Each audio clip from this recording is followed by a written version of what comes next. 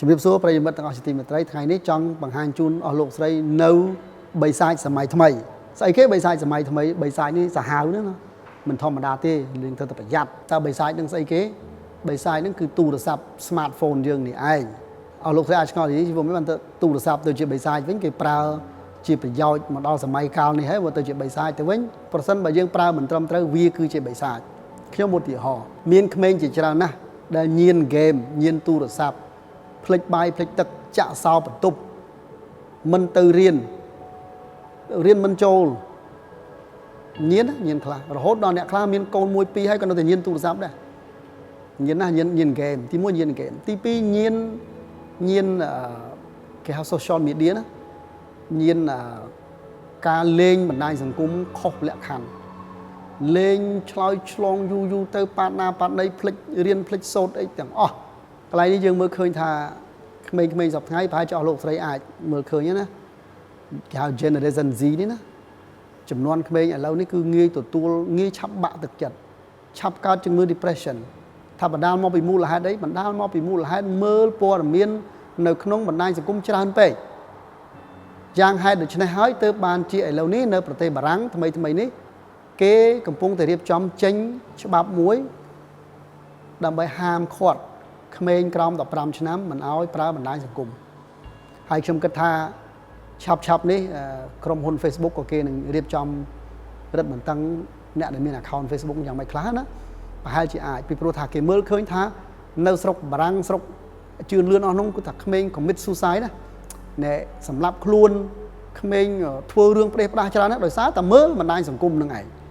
ដោយសារតែបណ្ដាញសង្គមនោះវាប៉ុសបានច្រើនគ្រប់រូបភាពពេកអញ្ចឹងក្មេងដែលមិនទាន់គ្រប់អាយុនេះការពិចារណារបស់គាត់នេះវានៅតិច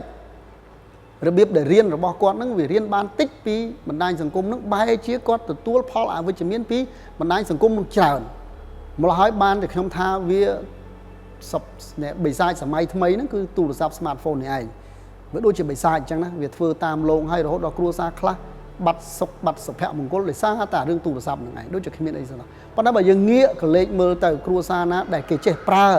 ទូរស័ព្ទបានត្រឹមត្រូវរបស់គេណាម៉ោងបាយគេទុកដោយឡែកពេលជួបជុំគ្រួសារគេទុកដោយឡែកពេលធ្វើការពេលអីបានគេមើលបានគេអីហ្នឹងរៀបចំល្អទូរស័ព្ទហ្នឹងទៅជាទេវតាសម្រាប់ជួយគេវិញដែរគេអាចអ្នកខ្លះគេរលុយរកាក់អីបានធ្វើការអីជាមួយនឹងទូរស័ព្ទហ្នឹងទៅ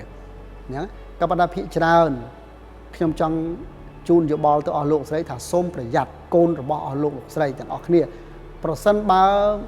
គ្មានអ្វីចាំបាច់ទេសូមកុំឲ្យកូនរបស់យើងអាយុក្រោម15ឆ្នាំប្រើទូរស័ព្ទ smartphone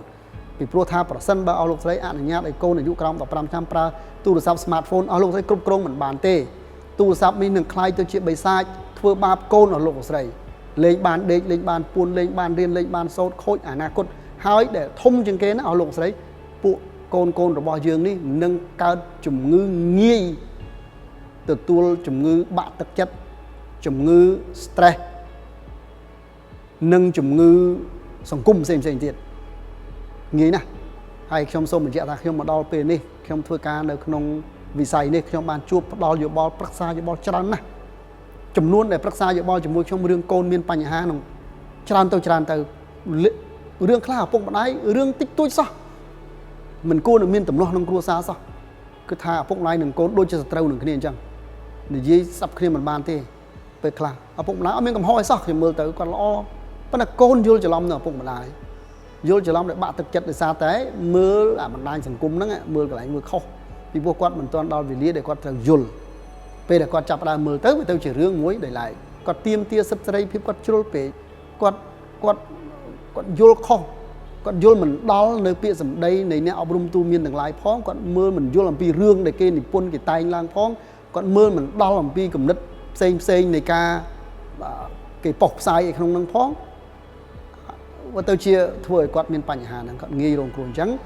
ជាសំណូមពររបស់ខ្ញុំដើម្បីជៀសវាងបិសាចសម័យថ្មីនេះសូមអស់លោកស្រីមេត្តាកុំឲ្យកូនក្រោម15ឆ្នាំប្រើទូរស័ព្ទ smartphone ទៅសាលារៀនអស់លោកស្រីមានកិច្ចការតាក់ទងជាមួយសាលាទូរស័ព្ទទៅសាលាប្រសិនបើគាត់មានកិច្ចការអីគាត់ទៅសាលារៀនក៏ទូរស័ព្ទមកអស់លោកស្រីសាលារៀនទាំងអស់សុទ្ធតែខំប្រឹងប្រែងការពារកូនអស់លោកស្រីទាំងអស់គ្នាទី1ទី2អស់លោកស្រីជូនកូនទៅរៀនដោយខ្លួនឯងទៅទទួលកូនពីសាលាដោយខ្លួនឯង ណាក្រោមអាយុ15ឆ្នាំមកលោកធ្វើរបៀបនេះរហូតដល់គាត់គ្រប់15ឆ្នាំមកលោកស្រីបញ្យលអំពីការប្រើប្រាស់បណ្ដាញសង្គមបញ្យលអំពីការប្រើប្រាស់ទូរស័ព្ទ smartphone ឲ្យគាត់យល់ពីផលលំបាកគាត់យល់ពីផលអវិជ្ជមានហើយឲ្យគាត់មើលកន្លែងណាគាត់រៀនកន្លែងណាឲ្យលោកស្រីជួយគាត់មួយឆ្នាំពីរទៀតអាយុ17 18ផុតឲ្យលោកស្រីនឹងបានកូនដូចជាក្របពេជ្រអញ្ចឹងហើយពួកគេនឹងចេះប្រើប្រាស់បណ្ដាញសង្គមពួកគេនឹងចេះប្រើប្រាស់ទូរស័ព្ទឲ្យដូចជាទេវតាតាមជួយការងារពួកគេអញ្ចឹងនេះជាសំណូមពររបស់ខ្ញុំផ្អែកលើបទពិសោធន៍ហើយបើសិនជាលើសលួសយ៉ាងណាការបញ្ចេញយោបល់របស់ខ្ញុំចែកចម្លែកបទពិសោធន៍នេះទៅបើលើសលួសយ៉ាងណាសូមអស់លោកស្រីមេត្តាខន្តីអភ័យទោសផងសូមអរគុណ